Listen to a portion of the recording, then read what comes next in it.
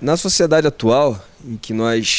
os contratantes, estão cada vez sujeitos a riscos de espécies variadas, principalmente contratos que se celebram hoje, cujos efeitos vão ser produzidos no momento posterior. Ou seja, quando eu celebro um contrato em que eu compro algo agora, recebo agora e pago agora, eu não preciso me precaver muito quanto a eventos futuros, né? Mas quando eu faço um contrato agora, em que eu vou pagar, por exemplo, um aluguel mensal, ou pagar prestações mensais, ou que eu vou receber algo no momento posterior, eu tenho que tentar me precaver sobre que tipo de situações os contratantes poderão vir a vivenciar no momento de que o contrato vai esgotar os seus efeitos. Então é importante verificar, por exemplo, índices de correção, é importante verificar a natureza, as formalidades exigidas pelo contrato quanto à capacidade das partes, é importante verificar a eventual possibilidade de perecimento dos bens que são objetos do contrato. Ou seja, o mundo hoje globalizado, o mundo de uma economia dinâmica, demanda que o contratante tente, de certa forma, olhar para o futuro, olhar para o momento em que, de fato, aquele contrato vai ser esgotado.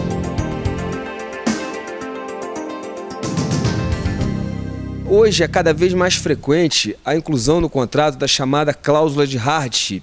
que são as cláusulas em que as próprias partes assumem num contrato hoje uma obrigação de renegociar o contrato no momento posterior. Ou seja, para que eu não tenha justamente que perder e esgotar todo um tempo de negociação que é custosa, né, com o que a gente chama de custo de transação, tentando vislumbrar todas as possibilidades de que forma esse contrato pode se tornar desequilibrado posteriormente, eu insiro hoje uma cláusula em que eu e o meu contratante já ficamos obrigados a sentar na mesa para conversar. Ou seja, se algo no futuro acontecer que torne o contrato desequilibrado, eu já tenho o compromisso do meu contratante de renegociar. Não é uma obrigação de ceder, não é uma obrigação de abrir mãos de direitos, é uma obrigação simplesmente de sentar e negociar. E no direito brasileiro vigora como princípio fundamental o princípio da boa-fé. Ou seja, eu assumo uma obrigação, em caso de desequilíbrio contratual, de sentar, conversar, negociar, sempre de boa-fé.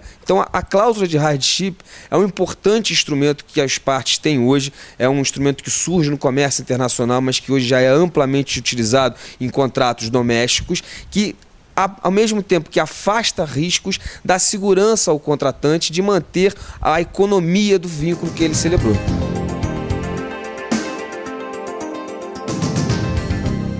Desde que o Código Civil atual entrou em vigor, né, em 2002, a gente já nem pode mais chamar de novo Código Civil, afinal 10 anos já se passaram desde a sua entrada em vigor,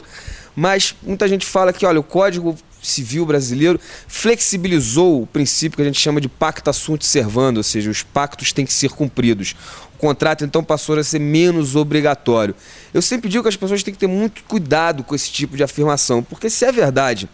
que o Código, de certa forma, flexibilizou o princípio da força obrigatória dos contratos, também é verdade que se o contrato não for obrigatório, ninguém celebra, ninguém contrata, né? Então, é pedra fundamental do contrato que você tenha certeza do seu cumprimento. Então, hoje, o contrato, de acordo com o Código atual, ele passa a ser um momento de tensão entre dois princípios, né? Porque ao mesmo tempo que eu tenho, de um lado, o princípio da força obrigatória que permanece, que continua sendo a pedra fundamental do direito dos contratos, eu tenho, do outro lado, o princípio do equilíbrio econômico-financeiro, tenho também o princípio da função social do contrato, são princípios que visam buscar um contrato mais justo, um contrato mais equilibrado, mas isso não quer dizer que seja um contrato revogável unilateralmente. Então, o direito hoje brasileiro, em termos de contrato,